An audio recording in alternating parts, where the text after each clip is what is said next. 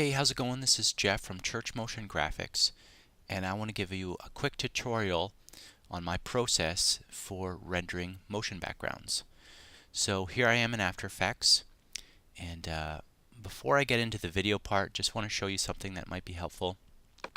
I'm in my composition that I want to render, and one thing I like to do sometimes is make still graphics from my videos.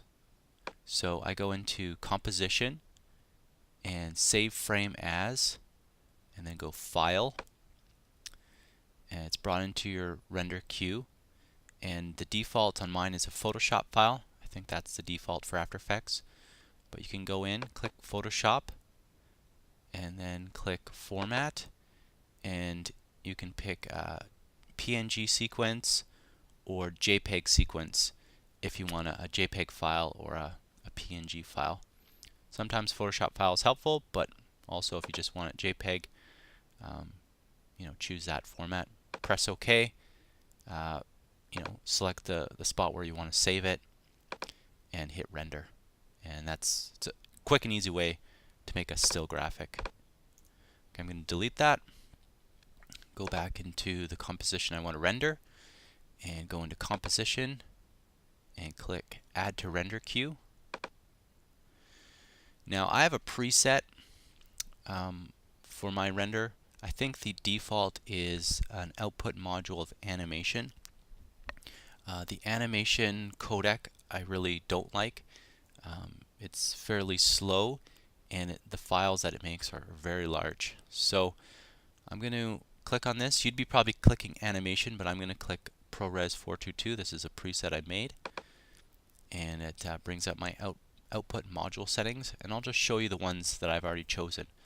So click Format, and QuickTime would be the one you'd want. In Video Output, click Format Options. Under Video Codec, I have chosen Apple ProRes 422. You might have a default as animation. So Apple ProRes 422 is a great option. If you don't have the Apple ProRes codecs, go down to this one, Photo JPEG. That's another great option. And then you want to slide your quality down to maybe something like 80. This is like saving a series of JPEGs as a video.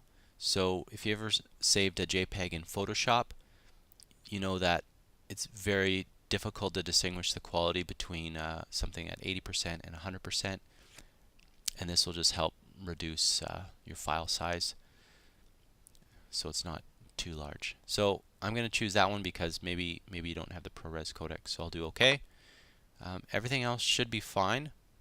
Your channel should be RGB and not something with an alpha. Click OK.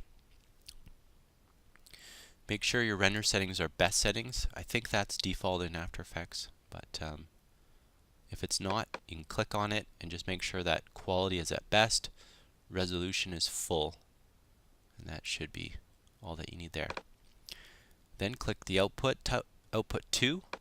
Click that and just make sure that you're saving your file to the spot that you want. And then you just click render. And as you can see, my video just starts rendering, and when it's done it'll ding, and you can go find your file. Okay, now my file is fully rendered, and I am in Compressor on a Mac. This is the video encoding software that I like to use, but you could also use Adobe Media Encoder or another software package that you have. So I'm just going to drag and drop my file into Compressor. Now I call this an intermediate video file. This one came out to about 250 megabytes, so fairly large file for a 30-second video. Definitely not something that you'd want to use as a playback video. This is more of intermediate for further encoding or editing. Now I have a bunch of presets that I use to encode, but I will show this to you. I'll do this manually for you to show you the settings that I like to use. So I'm just going to choose this default preset that they have published to Vimeo, and then I'll change the settings to the one I like. So here I am in general, and I just want to change the format from video and audio to just video. I do not want any audio with my video, and everything else looks good there. Go into video, frame size, I want to change that to automatic, and frame rate automatic. That's perfect. I want to pull in whatever the original frame size and frame rate is from my original video. QuickTime settings, click change. Now this dialog box is pretty standard, so it should look the same in your encoding software. Compressor type, make sure that is H.264. That is the type that you want. Frame rate current, it's perfect. Keyframes automatic, that's perfect. Frame reordering, that's what you'd like. Restrict to, this default was 10,000.